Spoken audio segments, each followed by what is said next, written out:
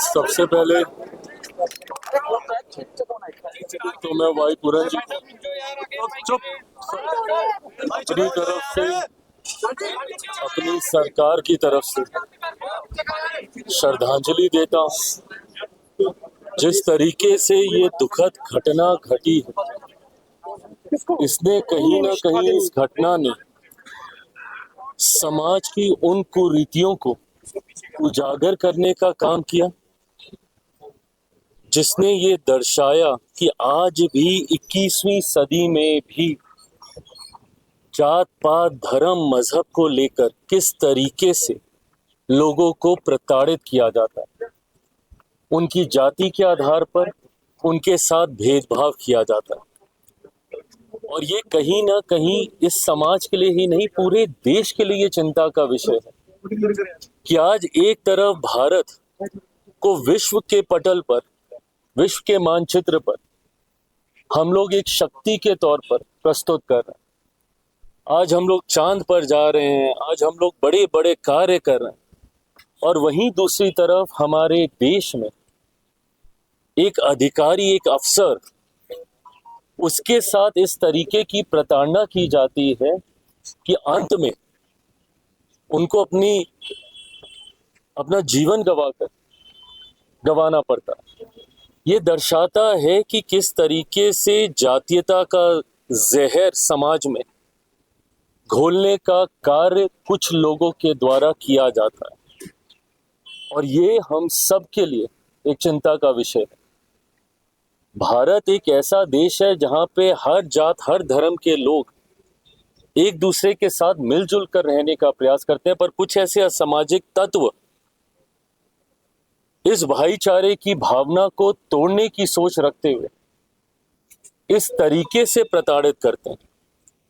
आज परिवार से मिलकर, और सिर्फ मैं चिराग पासवान की हैसियत से नहीं, ये मेरा परिवार है, परिवार का सदस्य बनकर तो मैं आया ही, पर अपनी सरकार से ये विश्वास लेकर, ये विश्वास दिलाने में आया हूं परिवार को कि हर वो मांग जो परिवार रखता है वो पूरी की जाएगी, और ये जल्द कार्रवाई होगी बिना किसी विलंब के।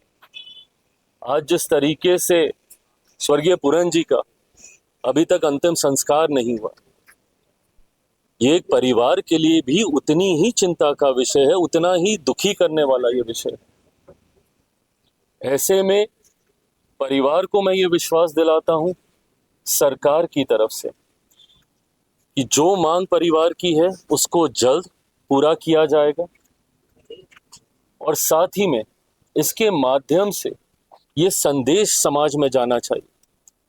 और इस बात को मैं बहुत जिम्मेदारी से मैं समझता हूं कि अगर इसके ऊपर कार्रवाई नहीं होगी तो कोई दूसरा दलित परिवार संभवतः अपने बच्चों को पढ़ने के लिए IAS IPS ऑफिसर बनाने के लिए कभी प्रोत्साहित नहीं करेगा। कोई गरीब दलित परिवार कभी मुख्य धारा के साथ जुड़ने की सोच नहीं रखेगा अगर इस परिवार को न्याय नहीं मिला। इस परिवार को न्याय मिलेगा, ये मैं विश्वास दिलाता हूं प्रधानमंत्री जी की तरफ से, गृह मंत्री जी की तरफ से।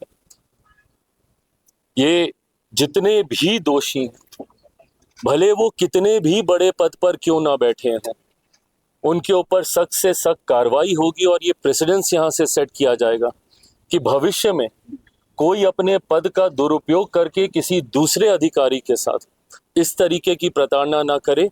ये वादा करता हूँ। ये मेरा परिवार है, अवनीश जी मेरी बहन है, मेरे परिवार को न्याय मिले, इसकी लड़ाई ये परिवार अकेला ही नहीं, इनके साथ मैं भी मिलकर लड़ूंगा।